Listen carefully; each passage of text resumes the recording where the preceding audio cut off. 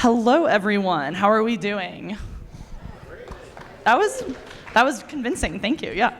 My name is Katherine Keegan, and I'm really excited to be here with you all today and to be able to have this fireside chat. I was hoping there would be an actual fire, but I understand why there isn't. A fire hazard. Yeah, exactly. And so before we jump in, I just want to share a little bit about the Office of the Future of Work and why we're so excited to be here today, even though I think the name sort of tells the story. The office was created in September 2019 to raise awareness about what the future of work looks like in Colorado and to identify policies and programs that would create future-ready Coloradans. A lot has changed since 2019, and I'm really proud of the growth of the office and what we've been able to do. We house our state apprenticeship agency, Apprenticeship Colorado. We believe apprenticeships are key to the future of work and are important to integrate into our employment and education systems, and that's a big part of what we're doubling down on. We also know that the digital divide exists for so many. As we talk about AI and advanced technologies, there are so many people who still don't have the digital skills, the affordable internet access, or the devices they need to participate in the digital economy. So we're working to close that divide. Those are just two key initiatives that we lead, and we do this in partnership and work to create a future-ready Colorado with our really innovative education and workforce system. In Colorado, we're lucky to have such an innovative and impactful public workforce system that is meeting business where they need to be and meeting workers where they need workers to find their next step. We have innovative higher education that you've heard from a little bit today. We have so many great things to be proud of and so much more work to do. So as part of Office of the Future of Work, we do a lot of presentations around future of work trends, and we get to share research and insights about AI, globalization, market forces. So I'm really excited to be here to dive deeper into the topic that has been part of this conversation already a lot, AI and what it means for employers and workers. And so before we jump in, I wonder if you can give us a little bit more about your background and introduce yourself. Sure. Hi, everyone. My name is Eyal Darmon. I lead Accenture's public sector and higher education data and AI practice. So we've got about 500 or so practitioners around the US that support public service organizations, nonprofits, higher education organizations in the implementation of the tools that we've been talking about throughout the day today. And so I'm privileged to have that opportunity to lead that team and to work with such a great group of clients in order to really change the way that we do work. Awesome. All right, well, we have 22 minutes, and the time is counting down to cover everything as it relates to AI, so I hope you're ready. My first question is just from your vantage point at Accenture, how would you describe where we are right now in the evolution of AI, and what makes this moment different from past waves of technological change? Let me answer that in reverse. So first, ChatGPT went to 100 million users in just 2 months. The equivalent of that, Instagram took 2.5 years, Facebook took 4.5 years, and the internet took 7 years to get to that size and scale. ChatGPT did it in 2 months. And the model that was put out in November of 2022 is no longer even used by anyone. It's already obsolete. So the speed at which this technology is evolving is actually part of the problem in this technology, because we're not able to adjust and adapt and kind of wire our brain to be able to leverage this technology as we have with other technology innovations. And so when I think about where we are, think of your iPhones. We're at an iPhone 3. You've got a couple apps from Apple. There's a camera, but no video. There's a flashlight, but you still bought a flashlight at Walmart last week. And you still own a regular digital camera that you somehow load pictures to your computer with. That's where we are in that evolution compared to whatever iPhone number 14, 16 that you have, where you're doing anything and everything, and then for some reason, some of you have 2 of them, right? So that we're at only the start of this evolution. And where I think we're going to go is, if you think of like the Accenture workforce, when I join Accenture, I get a laptop. Maybe the future is when I join Accenture, I get an AI agent as my assistant/buddy that I do work with. fundamentally changing the way we do work. And so I think that's a little bit about kind of where we are, the speed at which we're going, and also a little bit about kind of how we're starting to see some of that evolution creep into the workforce. Creep feels like the right word for some of these. So we know that not all AI is the same. We've been talking a lot in this discussion, and I think top of mind is generative AI. But can you tell us more about the various types of AI and advanced technologies being used today, and what do you think those next steps are? Yeah, I'm actually going to try something. I'm going to try something on my phone to illustrate this. But generative AI is what you're all familiar with. Everyone who raised their hand is likely using ChatGPT to do something on their phone, answer a question. Some of you are using it instead of doing a Google search. Others of you are using it to maybe accelerate your personal productivity. You need to write a letter, you're concerned about something, you want to get some more insights, maybe for research, maybe you got a document, you want to summarize it, those kind of things. That's just the first step in this. Where generative AI is going, and was mentioned earlier, around agentic AI, where I have an agent that does things on my behalf alongside what I do. The way I think of an agentic AI in comparison to generative AI is I have 3 bots. The first one drafts the document that I'm trying to write. The second one independently reviews the first document and identifies recommendations. The third bot picks up the recommendations from bot number 2, the original draft from bot number 1, and then writes a brand new document as a final version. And maybe it does a series of cycles through those 3 bots. So when you think about agentic, that's part of what we're seeing next. Maybe the last thing that I would share, and I'm going to try this. So this is from a company called Sesame AI. We didn't practice this, so we're going to try something. And Sesame AI is the latest and greatest of voice AI capabilities. It has nothing to do with Accenture. It's just the latest and greatest in this technology. I'm going to open up Sesame AI's website, and we're going to pick a conversation. Now, what I want you to think about is not the answers, but just how normal, or in this case, they're both kind of sassy. So how sassy they are and how it feels like you're talking to a real person. So we're going to pick Maya, and we're going to ask her some questions. Hey there. It's good to hear from you again. Was it just... It feels like just yesterday must have been those Medicaid thoughts hanging in the air. Well, let me start her over again.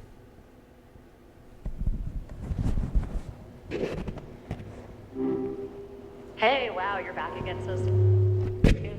Did we get cut off? I was just getting to the good part. Hey, Maya, how are you?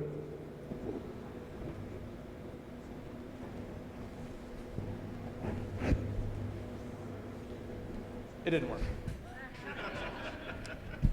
What Maya and Miles are from this company called Sesame AI is the latest in voice conversation. And in some cases, I can go into ChatGPT and ask a question, but in other cases, if I'm driving or if I'm just by myself, I can just engage in conversation with them. And the interaction is not robotic. It's not like when you call the airlines and you, as quickly as possible, try to say agent, agent, agent to get to a real person. It's a conversation that you could have, and in many cases, I've had to use in order to really engage in a different way. So we're going to go from generative AI, which is everyone's used to, common with, to agentic. And then there's going to be some offsprings around voice AI and other things that are just going to fundamentally change what we do and how we do it. I feel like the version of that I'm most aware of, is anyone a Duolingo user in here? And the video conversations with the goth teen that they have is where I've experienced some of that. That's very impressive. And so kind of building on that, we often hear that AI is reshaping industries, but what does that actually look like inside organizations? Something that I've paid attention to that's been part of the reports that we've put out is that previously a lot of the tech advancements were in tech verticals, but that is not the case as AI continues to evolve. So what are some of the biggest shifts you're seeing in how companies operate and make decisions as a result of technology? Yeah, well, I think our current organizations today are structured around humans. And if you look at a business process that you have in your organization today, it was built with the human in mind doing the steps. Maybe over time you've automated a couple of those steps. Maybe you introduced some automation, so one step that's repetitive, the human doesn't need to do, it just goes through an automation. But the workforce or the organization of the future is going to actually be very different than the organizations today. And I'll give you an example. We work with a company called Mondelez. Mondelez makes Oreo cookies. Easy way to think about what they do and how they do it. Global multinational corporation. They do their accounts payable. Maybe traditionally how you've thought of an accounts payable organization would do. They get invoices from all various global organizations that support them, and they pay them out. They started automation of some way, shape, or form, and that automation got them to about 40% automation of their invoices. Pretty good, but still a lot of people, a lot of exceptions, a lot of barriers with language translation in those processes. We've worked with them to introduce an agentic AI model. They've deployed over 100 agents in their process to support their accounts payable organization. Each one of those 100 agents do one very small thing at a time. Kind of like what we said before. I draft, review, I create a new draft. So very small, granular activities that they do. And they went from 40% straight through processing of their invoices to over 95%. And that's created a different paradigm in their accounts payable organization. And if you apply that to the other parts of their business, you can start to see a shift in how the organization is structured, how the work is being done. And it's kind of similar to what we've seen in the auto industry. We used to have people take a door and put it on the car on the assembly line. And then it goes to the next step in the assembly line, and another person did, put the steering wheel on, et cetera. Today, in manufacturing plants, I've got a robot that picks up the door, puts it on the car, and I've got a human who manages 2 to 3 robots at 2 to 3 steps in that process. None of us think of it any differently. We all think of it, well, that makes sense in an auto manufacturing plant or in an assembly line. But this technology is now going to introduce this capability beyond a supply chain or an assembly line, but into the work that historically has had humans in each of those steps, which will fundamentally change the workforce. I think it will fundamentally also change how an org is organized and structured in the future.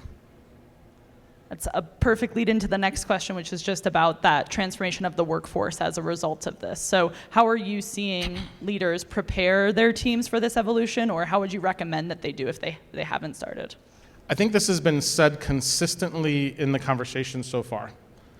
People need to use this, to touch it, to feel it, to engage with it, to start to do activities that are associated with this technology. Observing it from a distance is like observing and still staying with your flip phone when everyone else around you has a smartphone.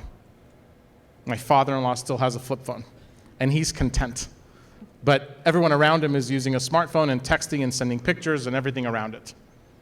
Think of that as the impetus to start to engaging with this capability. I think if you look in the future, each of us will either be using these tools or be replaced by other people that are using these tools. And that's a little bit of a tough love reality. And it's something that we should think about. How do we retrain the workforce? How do we change the way we do work? So as an example, at Accenture, we have almost weekly or multiple times a week brown bag session workshops to help retrain our staff on how to use this technology. We've spent and are expecting to spend $3 billion to retrain our workforce in AI. We're not building tools, we're not building products. AWS and other organizations do that. At Accenture, we're a services company. We help organizations in consulting, strategy, operations, technology implementations. But in order to fundamentally make a difference, we need our workforce to be using these tools. And that means retraining our workforce, which is where our $3 billion investment in this space has been very focused in on. And I'll give you an example of the output. I reviewed a proposal that one of our teams did, and we did a before and after. They proposed a series of work for a client. It was supposed to be a 12-week consulting project and had a price tag to it. And then we said, let's introduce AI in the way we actually will deliver this work. We reduced the price to our client by 22%, and we reduced the effort to complete that work by a third. So we can deliver things faster, and we can do it at a lower price point. And to me, that's the opportunity that we have with this technology. You'll see things get deployed, you'll see things get completed faster at a lower price point, which will open up new businesses, new technologies, new capabilities. I think someone talked about data centers earlier. Data centers are the next gold mine because of the need around this technology and the need for data centers in this space. And so when you think about maybe some technologies or some work will go away, it will be displaced with other things that will be needed in order to power the economy, to power these capabilities. Just like in prior technology innovations, right? There's no more saddle makers for horses because we replaced them with cars. Yes, there are some saddle makers, but the percentage of people that do that type of work has significantly gone down with the invention of a car. I like that you were maybe afraid of offending saddle makers. Yeah, I was like, hold on. There's a lot of people in the room. Well, and what you're saying, I think, strikes me because something that we think a lot about with the digital divide for even just foundational digital skills is it's different from other types of literacy where you become literate when you learn how to read. But with digital technologies, you can learn one technology and that could be irrelevant in a few months, as to your point about ChatGPT's evolution. Mm-hmm. So how does that translate to that reskilling and upskilling, whether that's in Accenture or with your partners, because it's really learning how to learn and try out new technologies versus becoming proficient in a specific technology. Is that right? It's a different mindset. The mindset of I'm going to go to a 4-year degree and I'm going to go get a job, or I'm going to get a certificate and be able to apply that the skills I learned to get that certificate in my job is going to start to maybe shatter. And I think what you'll see is a concept that all of us, no exceptions, need to have some sort of continuous learning model of the latest and greatest of the things that we need in order to be successful. And I see that at Accenture as well. That, Accenture doesn't have a 4-year degree requirement anymore. All of our new hires into the workforce that are in the entry-level positions are either from apprenticeships or internships. We no longer recruit from 4-year universities. We focus on apprenticeships and internships as our entry-level resources. Because we're seeing that we want people that kind of have that itch of learning to be able to have a continuous learning model and be able to spend some portion of their week or their month learning new skills so then they can apply them. Versus I go for a number of years, I come back, and I spend that time learning. That will start to get more fluid. You need a baseline for sure of learning, of skills, of learning how to learn, but then I think you'll see a lot more in the workplace on a regular basis. Yeah, and I think that in Colorado and I think across the country, we've seen higher ed institutions that are, at the forefront of having that applied learning as part of their bachelor's degrees or associate's degrees, and seeing that really be part of how a higher education is changing. And I think, to your point, that's where we're going, and we've seen that innovation at the state level. I'm curious, just in general, how you're thinking about how companies should be thinking about reskilling or redesigning work to that end. Well, I think you need to think about what are the needs of the work that you do, and the clients that you serve or the customers that you serve, and what are the things that will fundamentally could be disrupted with this technology. I think of a contact center. We support contact centers around the country for many organizations. Our contact center agents used to have high attrition. They're tough jobs, people calling in for government benefits, It's not an easy job. It's very taxing on a person. And we've introduced generative AI solutions into the toolbox of those contact center agents. So today, in some of our contact centers, a contact center agent, as if you're the caller and I'm the agent, as you ask questions, the AI is listening. And as the AI is listening to the conversation, it's recommending to me, the agent, how to best support the question you're asking. Different way of doing things, but it's not exposed to the customer, but it's really another tool in my toolbox as an agent.